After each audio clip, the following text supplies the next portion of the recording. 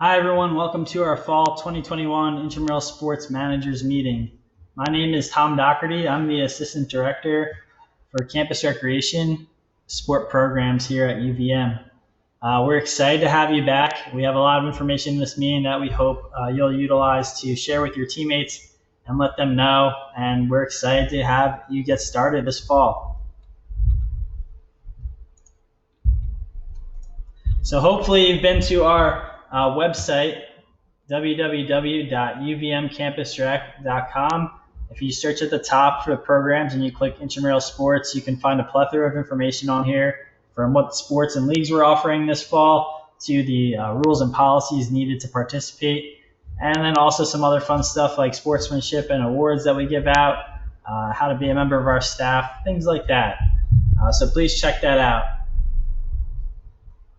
And also, our other site we utilize is IMLeagues. If you go to www.imleagues.com/UVM, you may have noticed some changes this year with IMLeagues. First off, no ads. So if it's your first time using it or 15th time using it, there are no ads this year for our program, which is really going to make for a smooth experience on the website and then also the app if you want to go ahead and download the UVM IMLeagues app on your phone or mobile device.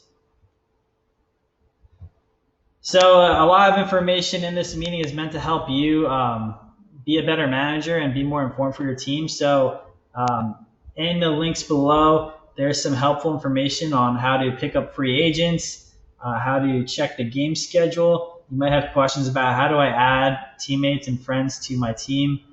Make sure that when you do that, you're having them use their net ID when they go in, not their full email address. You can check out the sport rules. And, like I said, a lot of the links are below in the description for you to check out and help you out. So what's my duties as a manager? The biggest one is obviously letting your team know you have a game and making sure that teams are showing up at least 15 minutes prior to the start of a scheduled game. We ask that you're the one that communicates any questions or concerns to the officials. So one voice per team is how our staff likes to communicate with you. Manage your roster. So make sure that players join the online roster through IMLeagues prior to checking in with the supervisor. So that means they have an account created and they've joined the roster prior to coming to the game.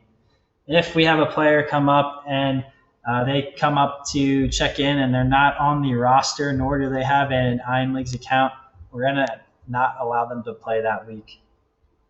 Obviously, know the rules. So in this meeting, make sure you know the rules for your sport and share that information with your teammate.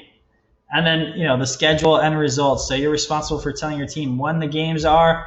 And then also after the game, usually the next day, you can check the scores. Make sure you report any incorrect scores back to us immediately. COVID-19 safety. So if you recall, last year we had quite a bit of guidelines in place to participate safely or provide the safest atmosphere for our intramural sports. We're going to keep quite a few of those around this year. So we're aligning with the university's policies, and that includes anything indoors. So if you come for intramural sport indoors, you need to have a face covering on.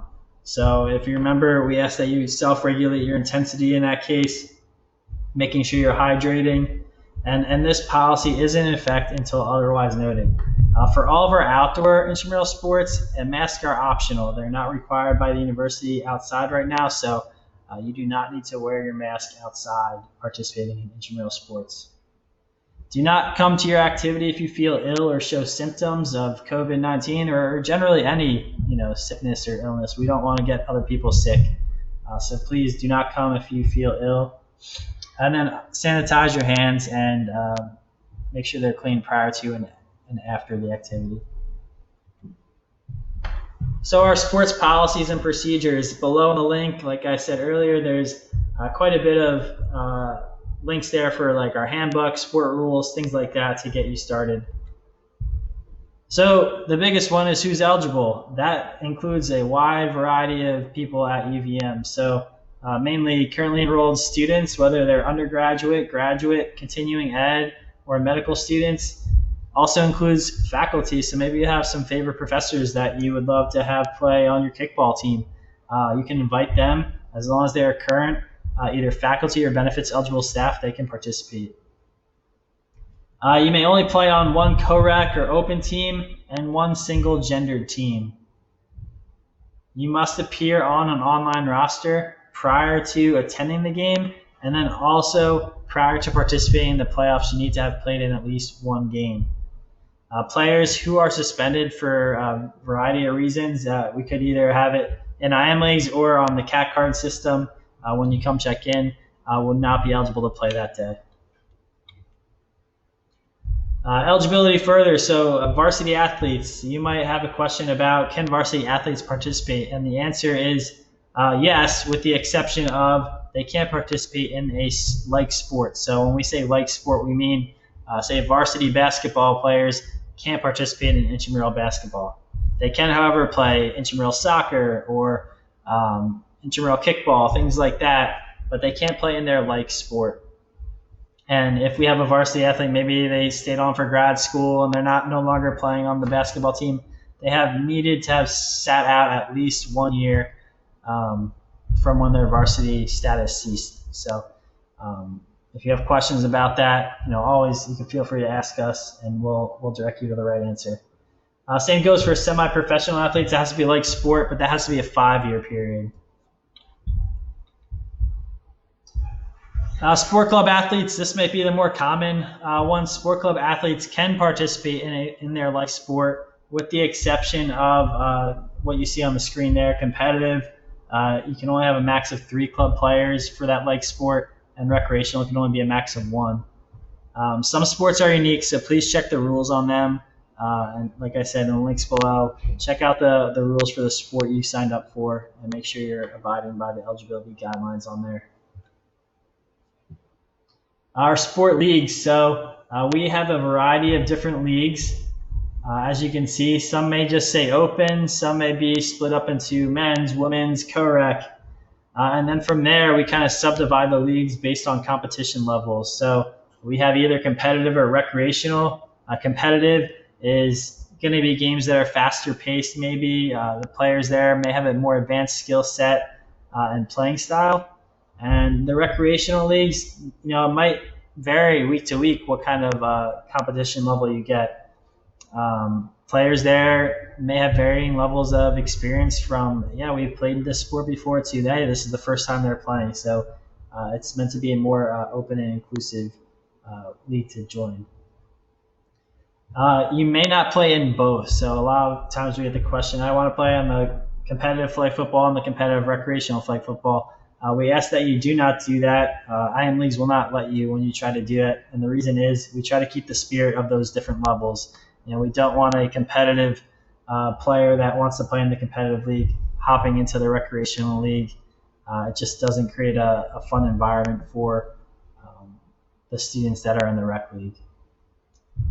And then all eligible intramural participants may participate in any of the single sports leagues listed above based on their expressed gender identity. So if you have questions about which league fits best for you, please feel free to reach out to our assistant director and we will definitely help you with that. So checking in, this is very important. No ID, no play policy. So every participant for every single game needs to come with a CAT card, either the physical copy or the mobile app or Android app for CAT card on their phone. You need to have it every time. If you've played with us in the past, you may remember we had the biometric finger scan. We no longer are using those. They're discontinued. So the only way to check in is with RFID readers, and that's through your mobile app for CAT card or your CAT card. Like we said earlier, please check in at least 15 minutes prior to your game time. And you must have an IMLeagues account and be on the team roster prior to checking in. So forfeits. Forfeits, game time is forfeit time. So if your game time is at 6 o'clock, we expect your team to be checked in and ready to play at 6 o'clock. Forfeits get declared under the following conditions. A team does not show up for their scheduled game. A team can't field the required number of players. or if we have 2 players from a team get ejected, or 1 player get multiple ejections. If a team forfeits or defaults 2 regular season games, the team captain would be charged for each of those, and the team would be removed from the league. And forfeits will affect your sportsmanship rating, and we'll go into sportsmanship rating in a few other slides, but that is important for making the playoffs. So forfeit fees. These are fees that are charged to team captains. They're $15 for each forfeit. The team manager is responsible for the costs, but you as the team manager should ask your teammates to help cover that cost, just as you should ask them to cover the cost of the team registration fee that you paid to get on here. So ask them for cash, ask them to Venmo you, whatever you want to do. And you're not allowed to play until that forfeit fee is paid online. Defaults. So what are defaults? These are ways that you can cancel your game prior to in advance. I'm sorry, you can cancel your game in advance if you know that you have a conflict. So if you know a majority of your team is not going to be able to make your next scheduled game, you can let our office know at least 8 hours prior to the start of the game. If it's a Sunday game, make sure you do it by 4 p.m. on Friday. And we don't reschedule the games, but what we'll do, the benefits of that is there's no $15 forfeit fee, there's no penalty on your sportsmanship rating, and it's just a courtesy to the other team. We can let them know that there's not going to be an opponent for their game. And if you're looking for that form, it's linked below, but it's also on our Intramural Sports website via the UVM Campus Rec webpage. You'll see a form that says submit a default, so you can fill that out. We also use something for point differential. So the rationale for that is it's used to help break ties in league standings. That helps determine the rankings for playoffs. So if you forfeit or you default a game, we're going to apply a standard score to that game result. And the reason we do that is to benefit the team that missed out. So they lost the game. We want to try to get them, give them a good chance to get the playoffs so they kind of recoup a game. And then also, it just kind of boosts their point differential. And you can view all these point differentials by going to our handbook, which is linked below. So the NOMAD Rule, it's a rule that wasn't in effect this year. It is a past rule that we brought back, just not something that we wanted to do during the height of the pandemic last year.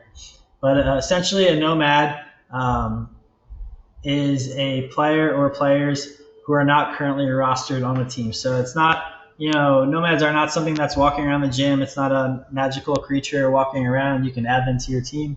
No, it's just players that might be playing pickup, or maybe they even played in the game before. It can be a player that's rostered on another team. You can have them nomad for your team.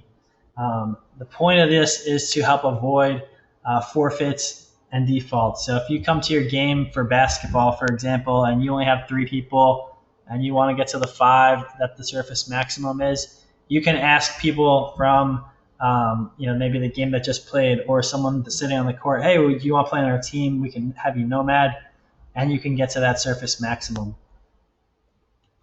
A couple things to note. More detail is in our IM Sports Policy Handbook, but the big pieces are, you need to let our staff know that you have nomads on your team, so the scorekeeper and a supervisor can note that on the score sheet. They need to follow the same guidelines. So if it's basketball, you can't go up and grab someone from the men's or women's basketball team and have them hop on your team. That would still go back to the sport guidelines. If the nomad is not currently rostered on a team, so when we go to enter them the next day and we can't find them on any other team, we will add them to that roster. So now they have a team to be on. And you may not use nomads during the playoffs. So like I said, if you have more questions on nomads, check it out in the handbook. You can also ask the supervisors on site if this situation comes up for you. So protest, the 2 different types of protests we have is player eligibility. So that goes back to the like sports or maybe a sport club question. If you find out that teams use players that they should not have, let us know. We can check that roster and go back and evaluate that game as needed. Or even, before the game, if you say, hey, this person plays varsity soccer, they shouldn't play, we can tell the other team captain, hey, you can't have them on the team. The other type of protest is misapplication of a rule or a misinterpretation of the rule. So these need to be stated right as they happen. So essentially, one might be, say, the clock for basketball needs to be 20 minutes a half. If our scorekeeper starts the clock and it's 18 minutes and you notice immediately that the clock is wrong, you call timeout and you say you want to protest a misapplication of the rule, and that's something we can adjust. You can't protest any judgment calls. So, for example, in kickball, on a close play, the umpire calls them safe, but you think they were out. That's not something that can be protested because that's a judgment call by our officiating staff. Equipment and team uniforms. So for the most part, we provide a lot of the game balls that you need, or hockey pucks if it's hockey. We have pickleball and badminton rackets if you need them for those sports. We provide most of that equipment. Check your sport rules for exact equipment that's provided. The biggest thing is game jerseys. So we ask that every team comes with both white and dark shirts to all sports that need it. So that helps differentiate the staff, differentiate the playoffs for our staff so they know who's who. If you have a number on the back of them, that's even better. Some teams like to come with the same colors. That's great. Just make sure if you're going to make team uniforms, things like that, that the language on the uniforms is appropriate. If it's deemed inappropriate, we may ask you not to wear that jersey. But there are sports where we will still provide game jerseys, things like basketball, any of the ice hockey or 3v3 ice hockey sports will provide shirts for that. But other sports, please come with those two different colored shirts so that way we can help identify your team. Banned equipment, so jewelry. We ask that you do not wear jewelry. That's for safety reasons. If it's medical or religious, it is permitted. We just ask that you tape it down, but we do not provide any tape for that purpose. So please come prepared. Let your teammates know this. This is something we have happen every single week. We do it for safety of all the participants, and so that you don't lose the jewelry. You won't find it on the turf or the court. Sometimes people drop earrings, things like that, and it's never found again. Guards, braces, and casts need to be approved by our supervisor on site. And then some sports have apparel rules that can be worn. So, for example, flag football, check the rules for that. You can't have shorts with pockets in flag football. You need to have shorts or pants without pockets. That's just for safety reasons. So please make sure you check out the sport rules and policies for the sport you signed up for. So scheduling, how scheduling will work. Essentially, we're going to operate on a 4-game regular season, so kind of moving back to what we had offered prior to the pandemic. But this year, week 1 is going to be exhibition matches. And the reason we did that is to recognize that usually the first week is a little chaotic for teams with gathering enough players to play. That's when we see most of our forfeits. And in addition, it helps give our staff some more time to get comfortable and get trained in officiating. So all games during week 1 are exhibition. They will not count against your record for playoffs. Say even if you're missing enough players and you come with 4 players instead of 5 for basketball in week 1, and we may say, hey, we're not going to forfeit you this week. We'll just kind of divide the teams up to play. But if you don't show up at all for week 1, we're gonna assess a forfeit fee, just to make that clear. But the idea of week 1 is to get everyone used to our rules, the variations of the rules we have for sports, and then weeks 2, 3, and 4. Those will count towards the standings and playoff eligibility. So you're getting 4 games, weather pending. We can't promise that we can reschedule games for weather if it comes up. Schedules always get published a couple days after registration closes. Be prepared, even though the schedules comes out, if you register for Monday 7 to 9, you're likely going to be playing Monday 7 to 9. Just your exact schedule won't be out for a couple days, but keep that in mind. And then cancellations and weather. we do our best to let you know ahead of time. Sometimes storms roll through late afternoon, kind of right before the first start of games. So if we know ahead of time to cancel, we will let you know via the IMLeagues app. So we'll send an email through that. But if it's been bad weather all day, don't assume your game is going to get canceled. If we're playing on Virtue turf, that can hold a lot of rain throughout the day, so we still may play. But like I said, check your email before you come to your game. If the weather's been bad, we will send you a message through that. Playoff tournament schedules. So playoffs, we're excited to bring them back. That's something we did not have last year. We just kind of provided more games for teams. So at the end of the regular season, the playoffs are the top teams that advance to the tournament. And what we're doing for playoffs is basically relegating to the top teams in a division. So if you're a 3 or 4 team division, you have to be among the top 2 teams. 5 or 6 team divisions, the top 3 teams. This is usually how we have our team divisions, either 4 or 6 team divisions, as long as they all fill up. Playoff teams must have a 4.0 sportsmanship. So you need to have an average of a 4.0 for the regular season to be eligible for playoffs. So if you forfeit a game, that's going to drag your sportsmanship level down. If you were not kind to the staff or you had an ejected player, that's going to drag your sportsmanship down week after week. The IM Sports Department reserves the right to add additional wildcard teams if we need to even out the bracket, things like that. And just remember that oftentimes playoff games are not scheduled on your typical game nights. So again, if you made that Monday 7-9 regular season league spot, your playoff game for the first time might be on Wednesdays. So just be prepared that those games may be different. And then our Intramural Sports Code of Conduct. So to lead off, the first thing I want to state is our IMS staff. They are student employees just like all of you, and they go through hours of training to learn the rules. They get onto the court or the field to learn the mechanics and game operations. So they're always learning week after week. So we just ask that you respect them, and treat them with dignity and respect, so that they can get better and boost their self-esteem week 1 to week 2 to week 3, etc. Team sportsmanship rating. So in line with that, this all affects your team sportsmanship, and it's important to keep a good sportsmanship rating for playoffs. So things like player behavior, attitude towards other participants or the IMS staff could affect it. Any actions jeopardizing the safety of anybody, whether it be players or staff. If you leave a messy area of trash, things like that behind and don't clean it up.